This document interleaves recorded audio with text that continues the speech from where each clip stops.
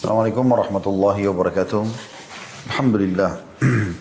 Wassalatu wassalamu ala rasulillah. Segala puji dan puja kehadirat Allah subhanahu wa ta'ala. Berikan salawat dan taslim kepada Nabi besar Muhammad sallallahu ala alihi wa sahbihi wasallam. Selamat bergabung lagi teman-teman sekalian di medsos kita, di Khalid Basalam Official, baik di Facebook, di Instagram, di YouTube, dan juga teman-teman yang ada di Jerman yang sudah bergabung bersama kita semua insya Allah. Kita akan coba membahas mengejar Lailatul Qadar. Dan ini tentu ada alasan kenapa tema ini dipilih, karena memang kita sudah masuk di 10 terakhir Ramadan. Dan kita sudah melalui tadi malam ke-21. Sementara memang kalau kita mengumpulkan riwayat-riwayat hadis yang ada, menyebutkan tentang Lailatul Qadar itu terjadi di malam-malam ganjil di 10 terakhir Ramadan. Jadi semalam sudah lewat malam 21, akan ada insya Allah besok malam 23, lusahnya lagi setelah itu 2 hari, ya, ada malam 25, kemudian malam 27 dan malam 29. Walaupun pendapat yang setelah kami kumpulkan semua umumnya tulisan tentang masalah ini lebih kuat tertuju kepada malam 27 atau sering kali terjadi di malam 27, tapi bukan mustahil dia berputar di malam-malam ganjil tersebut. Baik teman-teman sekalian, surah yang sangat masyhur dalam Al-Quran perlu kita bacakan terlebih dahulu karena memang surah inilah yang menjadi sebab juga bahasannya. Surah Al-Qadr yang sangat masyhur, 5 ayat. A'udzu billahi minasyaitonir rajim. Bismillahirrahmanirrahim. Inna anzalnahu fi lailatul qadr.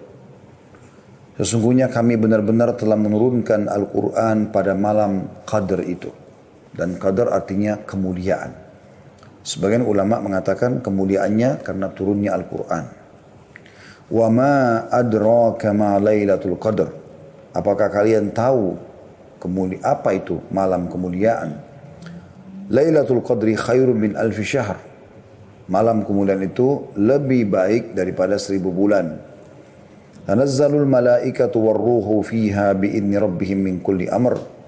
Pada malam itu turunlah semua malaikat-malaikat dan juga dipimpin atau pemimpin mereka Ruh atau Jibril dengan izin Tuhan mereka untuk menyelesaikan semua perkara. Salamun hiya hatta matla'il fajr. Dan dia akan penuh dengan kesejahteraan malam itu sampai terbitnya fajar.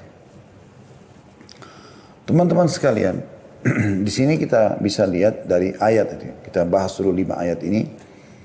Ada penyebutan atau keutamaan tentang Al-Quran. Jadi surah ini sebenarnya turun fokus menjelaskan tentang masalah Al-Quran.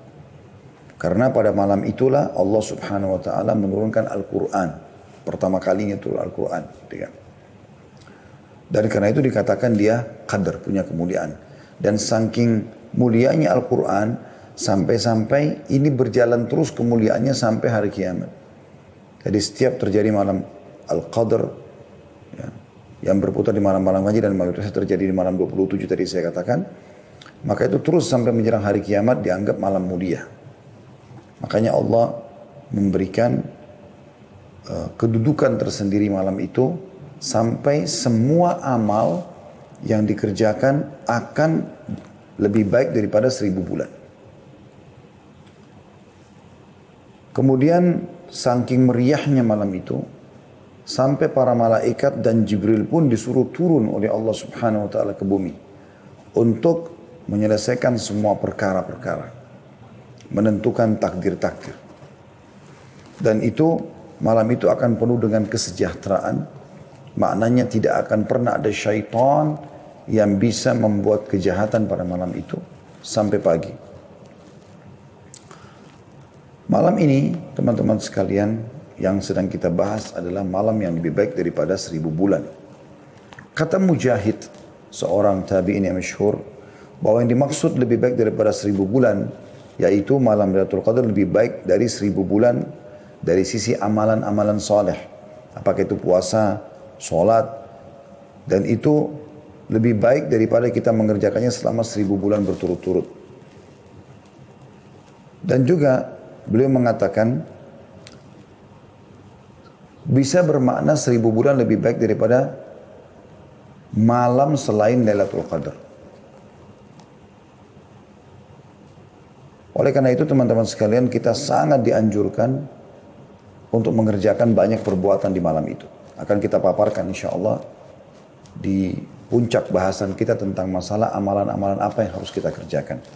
Tapi kita harus renungi dulu malam yang sedang kita bahas memang lebih baik daripada 1000 bulan. Maknanya, kalau teman-teman sempat mengucapkan Subhanallah pas Lailatul Qadar, dan saya perlu titik beratkan, kalau seandainya kita masih hidup insya Allah dan semoga Allah panjangkan umur kita, di 10 terakhir Ramadan ini berarti kita pasti melalui Lailatul Qadar.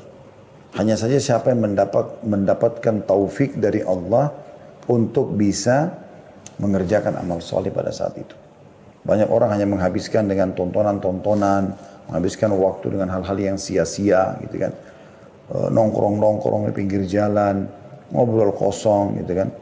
Kalau bukan di masa pandemi seperti ini, banyak sekali mereka habiskan di pasar-pasar hanya untuk mencari baju lebaran. Dan ini semua disayangkan sekali. Oleh karena itu nanti kita akan jelaskan insya Allah di jenis-jenis amalan yang dikerjakan oleh Nabi SAW dan para sahabat, para salafus salih. Ya, bagaimana mereka fokus justru di 10 terakhir itu dengan ibadah-ibadah. Dan bukan di pasar, bukan di jalan, sebagaimana banyak kaum muslimin lakukan itu. Dan di malam ini selain 1000 bulan teman-teman sekalian, juga turunnya malaikat. Dan ini tidak sembarangan untuk malaikat turun. Apalagi Allah SWT juga menyuruh Jibril untuk turun. Sebagaimana Allah katakan, tanazzalul malaikatu warruhu fiha biidni rabbihim min kulli amr. Malaikat turun ke muka bumi itu menandakan bahwa malam tersebut atau banyak keberkahannya dengan membawa rahmat dari Tuhannya. Malaikat setiap kali turun tentu membawa keberkahan dan rahmat, sebagaimana malaikat membawa keberkahan ketika mendatangi halaqah ilmu, sampai-sampai mereka meletakkan sayapnya karena ridho kepada para penuntut ilmu. Syaitan juga tidak bisa berbuat apa-apa sebagaimana sudah saya singgung sedikit tadi. Diambil daripada firman Allah SWT, salamun hiya hatta matla'il fajr. Malam itu adalah malam kesejahteraan sampai terbitnya fajr. Dan kata Mujahid, syaitan tidak bisa melakukan kejelekan atau mengganggu manusia pada malam tersebut sampai terbit matahari. Ini adalah tafsir diambil dari tafsir Al-Quran Al-Azim punya Ibnu Katsir jadi 7 halaman 610. Ibnu Zaid dan juga Qatadah berkata pada malam Lailatul Qadar hanya ada kebaikan saja, tidak akan ada kejelekan sampai terbit fajar. Juga sama disebutkan dalam tafsir Ibnu Katsir jadi 7 halaman 611. Pada malam itu juga, ini malam mulia sekali, Allah Subhanahu wa taala tentukan takdir, ajal dan rezeki. Ibnu Katsir menyebutkan perkataan Qatadah dan ulama lain bahwasanya pada malam Lailatul Qadar diatur berbagai macam urusan. Ketika itu ajal dan berbagai rezeki ditetapkan. Hal itu sesuai atau sejalan dengan firman Allah di ayat lain surah Dukhan ayat 4. Surah Dukhan ayat 4 yang bunyinya A'udzu billahi minasyaitonir rajim fiha yufraqu kullu amrin hakim. Pada malam itulah dijelaskan dan ditetapkan segala urusan yang penuh dengan hikmah. Dan Asy-Syu'bi berkata mengenai tafsir ayat 4 dan ayat 5 surah Al-Qadr, min kulli amr salamun hiya hatta matla'il fajr, bahwa keselamatan dan malaikat datang pada malam tersebut bagi orang-orang yang ada di masjid. Itu berlangsung hingga fajar. Tentu di masa pandemi sekarang nanti kita akan jelaskan pada saat kita jelaskan salah satu amal yang Anda harus lakukan atau dianjurkan lakukan adalah i'tikaf.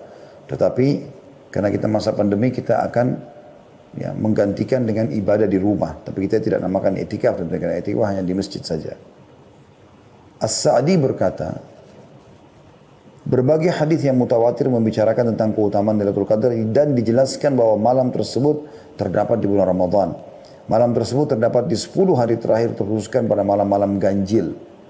Malam penuh kemuliaan itu tetap terus ada setiap tahunnya hingga hari kiamat.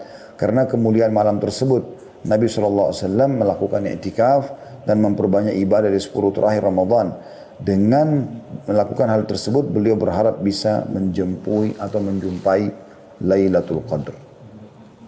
Itu tadi gambaran daripada tafsir 5 ayat surah Al-Qadr. Teman-teman sekalian, Allah Subhanahu wa taala memberikan rahmat buat kita umat Muhammad sallallahu alaihi wasallam. Umat-umat sebelum kita umumnya umur mereka panjang-panjang. Misal Nabi Nuh alaihissalam berdakwah di kaumnya itu teman-teman sekalian 950 tahun. Dan tidak mungkin Nabi Nuh berdakwah sementara beliau masih bayi. Umumnya nabi-nabi dinobatkan jadi nabi di umur 40 tahun. Berarti bisa 990 tahun umur Nabi Nuh alaihissalam. 40 tahun masa sebelum kenabian. Dan setelah itu ada masa dakwah 950 tahun. Ya. Maka itu umur kurang lebih umat sebelum kita dan umat-umat yang hidup atau umat yang hidup bersama Nabi Nuh alaihissalam adalah satu generasi. Jadi umatnya bisa ada yang berumur 1000 tahun bahkan lebih.